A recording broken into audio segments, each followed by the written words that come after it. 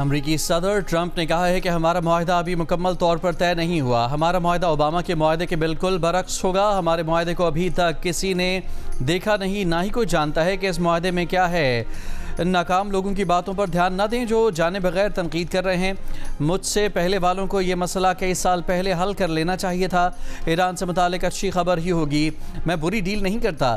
امریکی T V channel ABC سے بات چیت کرتے ہوئے ٹرمپ نے کہا کہ ایران سے ڈیل مکمل طور پر انہی پر منحصر ہے۔ اس سے پہلے امریکی صدر ڈونلڈ ٹرمپ نے کہا تھا کہ ایران سے مذاکرات منظم اور تعمیری انداز میں آگے بڑھ رہے ہیں۔ ایک اور پوسٹ میں ٹرمپ نے جنگی جہاز کے نیچے میزائل کی تصویر جاری کر دی۔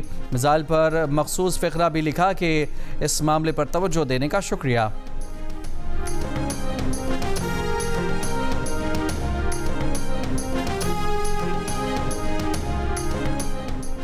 امریکی میڈیا نے دعویٰ کیا ہے کہ ایران اور امریکہ کے مذاکرات کار معاہدے کے وسیع اصولوں پر متفق ہو چکے ہیں۔ امریکہ سمجھتا ہے کہ ایرانی سپریم لیڈر آیت اللہ مجتبی خامنائی نے معاہدے کے خد و خال کی منظوری بھی دے دی ہے۔ کسی بھی چیز پر دستخط ہونے سے پہلے حتمی معاہدہ طے ہونا باقی ہے۔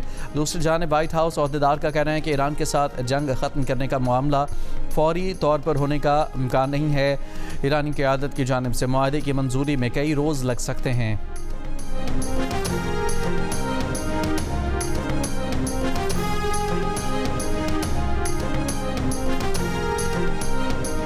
ایران کے صدر مسعود پزشکیان نے کہا ہے کہ دنیا کو یقین دلانے کے لیے تیار ہیں کہ جوہری ہتھیار حاصل کرنے کے خواہاں نہیں۔ ہمارا مذاکراتی وفد اپنے ملک کی عزت اور وقار پر کوئی سمجھوتا نہیں کرے گا۔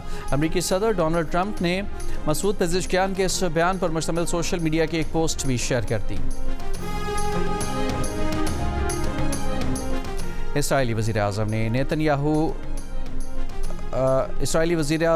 نیتن یاہو نے دعویٰ کیا ہے کہ صدر ٹرمپ اس بات پر متفق ہیں کہ ممکنہ ایران ڈیل میں جوہری خطرے کو ختم کرنا شامل ہوگا۔ اس مقصد کے لیے ایران کی جوہری افزودگی تنصیبات کو ختم اور افزودہ جوہری مواد کو ایران سے باہر منتقل کرنا ہوگا۔ ٹرمپ نے لبنان سمیت تمام محاذوں پر خطرات کے اسرائیل کے دفاع کے حق کا اعادہ کیا۔ وزیر اعظم شہباز شریف کی چینی سرمایہ کاروں کو پاکستان میں سرمایہ کاری کی دعوت۔ پاکستان اور چین کی کمپنیوں کے درمیان $7 ارب سے زائد کے معاہدوں MOUs پر دستخط۔ ہانگزو میں چینی کاروباری شخصیات سے خطاب میں کہا کہ کراچی میں 6000 ایکڑ پر عالمی معیار کا خصوصی اقتصادی زون بنایا ہے جہاں سرمایہ کاروں کو خصوصی سہولیات ملیں گی۔ پاکستان جلد خطے میں ترقی کے سفر میں چین کا ہم قدم ہوگا۔ پاکستان کو قرضے نہیں، مہارت اور سرمایہ کاری چاہیے۔ چمن پھاٹک دھماکے میں شہادتوں کی تعداد 14 ہو گئی۔ وزیر اعلیٰ بلوچستان کے معاون شاہد رند کی تصدیق۔ شہداء میں FC کے 3 جوان جبکہ زخمیوں میں خواتین اور بچے بھی شامل۔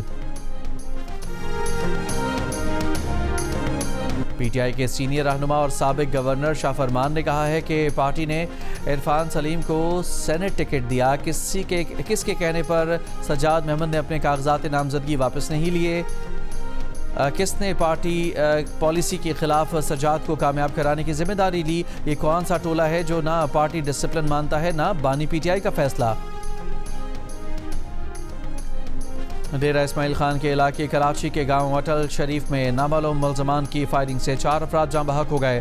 پولیس کا کہنا ہے کہ جاں بحق افراد مقامی امن کمیٹی کے ارکان تھے۔ حملہ آور امن کمیٹی کے ایک رکن کو اغوا کر کے ساتھ لے گئے۔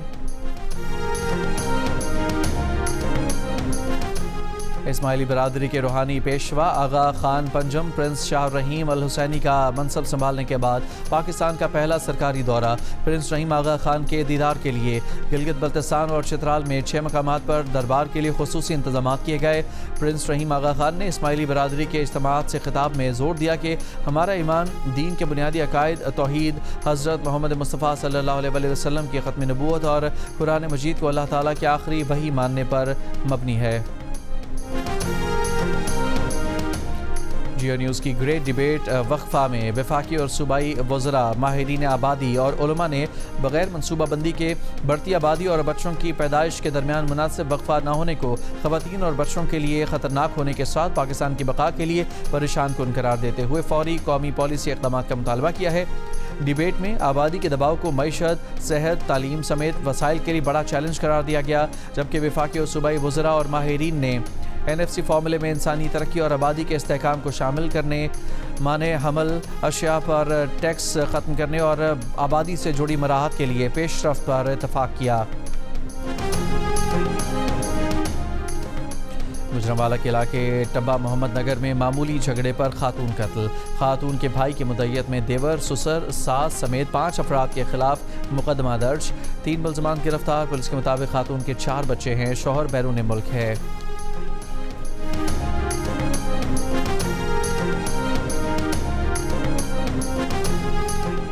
ایم کیو ایم پاکستان کے رہنما فاروق ستار نے کہا کہ ملیر ایکسپریس وے کا افتتاح ہوا ہے. منصوبہ 25 سال پہلے بے نظیر بھٹو نے شروع کیا تھا. بلاول کی گفتگو سے ایسا لگا کہ کوئی پریشان حال رہنما بات کر رہا ہو. 18 سال کی نااہلی کو ایک شاہراہ کے پیچھے نہیں چھپایا جا سکتا. 2008 سے پیپلز پارٹی کی حکومت ہے. پانی کے منصوبے K4 کا کیا ہوا؟ کراچی سرجانی ٹاؤن میں ایم کیو ایم پاکستان میں شمولیتی پروگرام سے خطاب.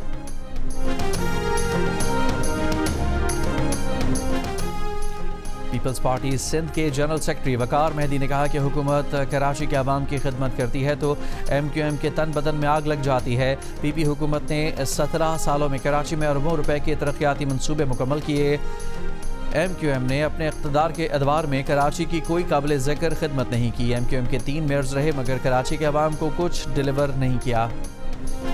مناسک حج کا آغاز ہو گیا. سعودی عرب میں موسم گرم. عرب ٹی وی کے مطابق مکہ مکرمہ میں درجہ حرارت 47 ڈگری تک پہنچ گیا. سعودی حکام نے مقدس مقامات پر سایہ دار جگہوں اور طبی سہولیات میں اضافہ کر دیا. محکمہ موسمیات کے مطابق یوم عرفہ پر بھی درجہ حرارت تقریباً 45 ڈگری رہنے کا امکان ہے.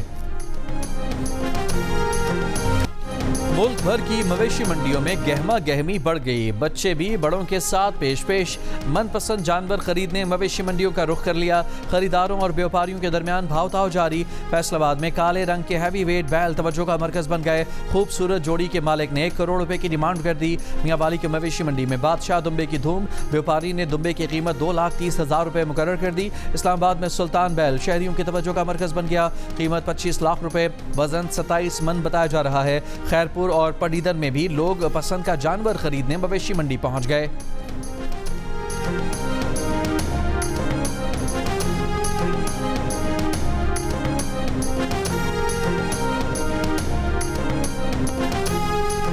ہانگ کانگ چین سے آنے والا 12.8 میٹر ڈرافٹ پر مشتمل بڑا جہاز گوادر پورٹ پر لنگر انداز.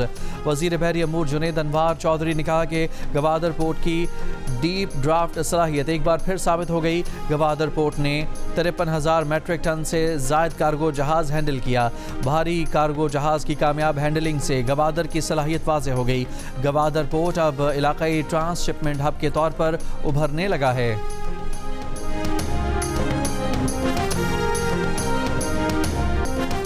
علیمہ خان نے بیرسٹر گوہر اور سہیل آفریدی پر بغیر بتائے محسن نقوی سے ملاقات کا الزام لگا دیا. کہا بیرسٹر گوہر اور سہیل آفریدی نے ہمارے خاندان کو بتائے بغیر محسن نقوی سے ملاقات کی. ملاقات میں خاندان کا کوئی بھی رکن موجود نہیں تھا.